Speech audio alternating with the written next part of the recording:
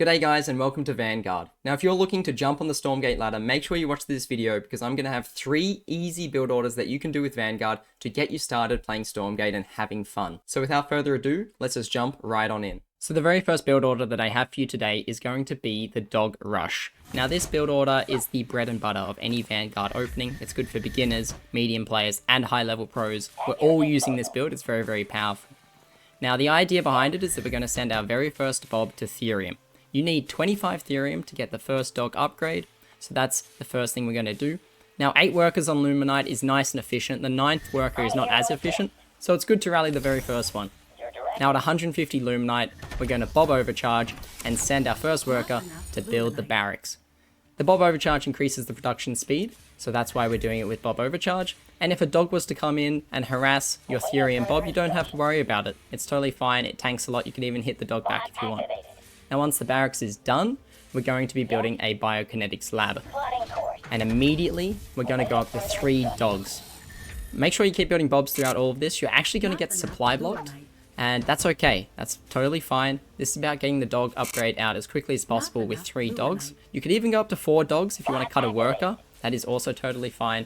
But you'll also notice here that once I'm at 20 Therium, I rally back the next trip for the bob to the Luminite, so I don't mind anymore. The way rally points in this game works a bit differently, so that's totally fine. You'll get used to it, just try it out. But on 15 supply, we're supply blocked, I'm going to grab 3 bobs and build a habitat. Now I'm playing against the AI, not a real opponent, so as you can see, we have 3 dogs already by minute 20 into the game, so those can go across the map, be really annoying, harass, or if you really just want to start taking the resource camps on the map, just wait until you have 3 dogs and the upgrade, which finishes around about a minute 40. So immediately we can start taking all the resource camps. You might be up against another person playing dogs, in which case you don't really want to fight them because you're going to be taking damage. But that's totally fine. If you're up against a player opening lances, it means you get the entire map for free, and that is a lot of money. Now back at home, of course, behind this, 12 is the max numbers on Luminite. So we're going to rally all the rest of our bobs, which we're not stopping production, to the Therium. At some point we're going to have enough Therium to take an expansion. So I hotkey my close nodes, 2 workers from that, and my gas workers, and send them to the natural, around 300 minerals. Now of course this might be different depending on if you're getting the resource camps. If you're playing up against a dog player, you might need to take a later expansion because you're going to be building dogs non-stop and having a dog war. If you're playing against an infernal player, you actually only need 5 dogs, maybe 6 dogs, to be effective. That one shot's a gaunt, and that's the sort of number that we're looking for. So I'm just taking the camp because this is against the AI, but you can get really aggressive, especially against infernal players. If you see gaunts out on the map, just jump right on in and you'll be able to shut them down without any issues. But getting all the resource camps is nice. Behind this we built a CP on the natural. We overcharged that as well to build it quicker, and then we also built a turret there and a lancer. Now suddenly, even if we're playing against dog players, we are safe. So now that we are nice and safe in the matchup, what is the transition? And realistically, this is the transition out of most builds. So we're going to be adding a second barracks. We already have the biokinetics lab, so we're able to go into lancers or marines or exos, whichever you want to choose. If you want to play bio, you just need to rally 3 workers to Therium, and that's all the all the Therium that you need for pretty much until you're on 3 bases. This will let you get up to the 100 Therium required for either the Lancer upgrade or the Exo upgrade, and then it will also lead into Exo production. So in this game, and I recommend this, start building some Lancers. You want probably like 4, and this is regardless of if you're going Lancer or Exo. Get up to like 3 or 4 Lancers, you can decide which upgrade you want and go from there. If you were to go for the Lancer upgrade, that's totally fine. Keep building them. Go up to like 8, 10 Lancers, get out on the map and be really effective. Now Lancers are actually faster than Brutes, and they're extremely powerful versus Gaunts. So yeah, against Infernal they can be really powerful, and you can be aggressive on the map, because they just don't take any damage. Against Vanguard, however, Lancers do start to get outscaled once the Exo ball starts to grow. So I'm sort of showing you a Vanguard versus Vanguard sort of transition here, where I have 4 Lancers, one's in the Lancer turret, and I've started to get the Exo upgrade, and now I'm going into Exo production. Now, the idea behind this is you're just going to be looking to saturate all your bases up to 12 on each, and if one is saturated, you just rally it to a Therium patch. Nice and simple. Keep building bobs, keep building exos. That's all that you have to do in this. Now, if you are under a lot of pressure, make sure you don't stop, of course. But you'll notice that you'll just keep building more and more workers, letting them mine on Therium. You're going to start growing a stockpile, and that's totally fine. Because what you can do is you can take all of the bobs off of the Therium and immediately send them to build the third base, going back down to that 3 worker count on Therium. And what this results in is almost a fully saturated third base. Now in this game, I'm actually just going to pull from my natural. You can do this as well, it's totally fine. But that's the sort of flow that we tend to have when we're doing this sort of style. It's going to be really powerful. Now from here, you want to get active, build a lot of units, get tier 2, and add more barracks, and go and attack your opponent. But apart from that, I hope this one really helps. So now we have another build order. This one is going to be our beginner Lancer expand. This one should keep you safe against anything that the Vanguard player or Infernal players can throw at you. It's nice and simple. You want to make sure you're scouting with your dog, but that's totally fine. Don't worry too much about it, because I'm going to keep you so safe with this build order that you won't die to almost anything. In fact, it's probably too safe. So at the highest build order levels in the pro games, you really won't see this as much. But what we're going to do is we're going to rally our first bob to Luminite. We're not worrying about any Therium. Wait until you have 200 minerals, and then send 2 workers to your natural ramp or your main ramp, wherever you want to wall.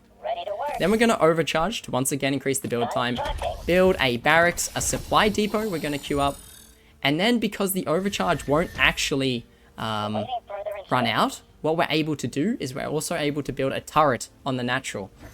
And if you guys don't know, a Lancer turret essentially stops any sort of bob aggression. Imagine if bobs could be aggressive. Any sort of dog aggression, any sort of brute push, fiend push, gaunt push. This is really a great way to do it.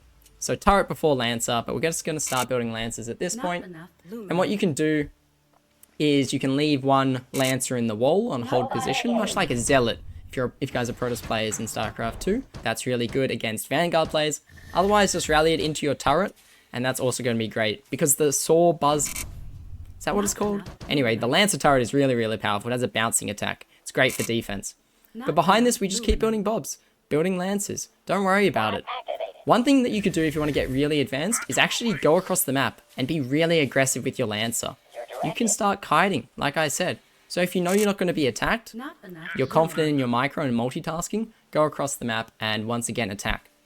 Now behind this, we're just going to start queuing up bobs, go towards that expansion, and once we're there, we're going to go into the exact same game plan. Now I'll talk briefly once again about this. I made an economy video breakdown that you can watch as well, which is really interesting. But essentially 10 workers with only 2 on the close patches is the most efficient worker income that you can have. 12 is still mining more, but you lose a bit of efficiency. So I'm going to take 2 workers off the close nodes on my main base, so I'm on to 10, and all of my gas workers, so that I can quick power build the CP in the natural. And of course in this game, if you guys are wondering about walling, walling in this game works exactly like StarCraft 2, at least for buildings that aren't the size of the command post, okay? So just keep that in mind. Now at this point, and just in general for your games, if you have 3 Lancers and you have a dog, realistically just 3 Lancers is fine as well, you can start taking creep camps. That's totally fine. So I'm going to show you that just really quickly. Once again, I'm rallying 3 workers onto Therium in the main base, then I'm going to change the rally point all the way into the natural, and it's going to be nice and good. We can make that transition to a second Rax, a Biolab, and do all that good stuff. Whether or not you want to go for a Lancer transition, an Exo transition, that's totally fine. If you wanted to do a Hedgehog transition, I'll talk about this in the next section, so that's good as well. Let's say you wanted to play Hornets though. The way you would do it with Hornets is you would transfer 5 workers straight onto your Therium when the game starts. 5 workers is the way that you'll be able to afford getting up to tier 2. But regardless, let's jump on into the very final build order, where we're going to send 2 workers to Therium straight away. Now you're probably wondering, this is actually not as efficient. As you can see, there's only 1 Therium node, but I want to make this really simple for you. The second one spawns in pretty much immediately, so you only lose a bit of efficiency there. Nice and simple for you. With this one, we're actually going to wait until we have 300 minerals before we build our first building. And the reason why we're doing that is we want to build a barracks, we want to build a habitat, and then we want to build a factory. That's right, this is going to be a hedgehog opener, which honestly, it's not the best versus dog openers. Dog openers hard crush hedgehogs because they're faster. With the upgrade, they do bonus damage to light. Hedgehogs are light units. So because of that, if you know you're playing up against dogs, I mean, if you're in the low leagues, it really doesn't matter. If you want to build hedgehogs, go for it, is all I say. But we're going to wait until 300 minerals. Then we're going to overcharge, build a barracks, build a habitat, build a factory. Nice and simple. But yeah, so against Infernal, I would say this is a little bit better because hedgehogs can kite brutes, can kite gaunts as well. If you use the HP flowers, you can start taking the resource camps around the map. And the trick to this build, and why it's so powerful, is that the overcharge, if it runs out while you're building a building, as long as you have started the building, that's totally fine. So once you start the factory, I take one worker off Ethereum, get that to help build, and importantly, we salvage the barracks. Now, salvage is 100% efficient, so we're going to get 150 minerals back. I was a bit late, sorry about that, but we get that back. We start our first hedgehog at 1 minute 40. I think if you're doing it ideally, you could be even a bit more efficient, but that's really impressive. Now, if you're interested about hedgehogs as a transition just in general, let's say you've taken a command post first and you want to go into hedgehogs, you just need to have 3 on Ethereum as well. To have continuous hedgehog production, you only need 1 worker on Ethereum. So if you had 2 factories, you would only need 2 workers to continuously produce hedgehogs. The reason why we would put 3 on it is that we want to be building the factories and getting other upgrades, right? So that, you know, helps temper your economy like that. Now, once the hedgehog is out, you can get across the map and be really aggressive. If you're wondering about the transition, once again, we get the 5 workers, we send them down to the natural. We don't have a barracks, importantly enough. So after the natural's finished, we want to build a barracks. That's going to be your transition. You're going to have map control with the hedgehog. It's great. Now, I just deployed up the hedgehog. That's just to show you and remind you that the hedgehog no longer shoots anti-air like it used to. You need to deploy it for it to be able to shoot anti-air. And the reason why I invented this build was because Hornets in Vanguard versus Vanguard were extremely overpowered, and I was trying to come up with a solution, and this was the only thing that I could come up with, and it sort of worked. At least Hornets have been nerfed now, so we don't have to worry about that at all. But yeah, you can start taking the map, taking the resource camps. On this map, there's so much money. On other maps, you know, maybe there's a bit less. So I'm trying to make it not as reliant on the build order for you, but that's totally fine. So yeah, we're going to start a barracks as well. We might as well start on the natural because those mobs are still overcharged, meaning they'll get back to work quicker. Our barracks is done quicker. The transition, once again, you can keep building hedgehogs, do whatever you want. You know, get tier 2, put more workers on Ethereum, start going mass Vulcan, go for an evac drop, you know, go for Hornets. The world is your oyster. But I hope you guys have really enjoyed these 3 beginner build orders.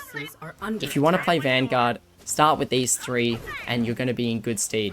If you want to know more about how Stormgate economy works, make sure you check out this video here for all the information you need. Thanks guys, bye.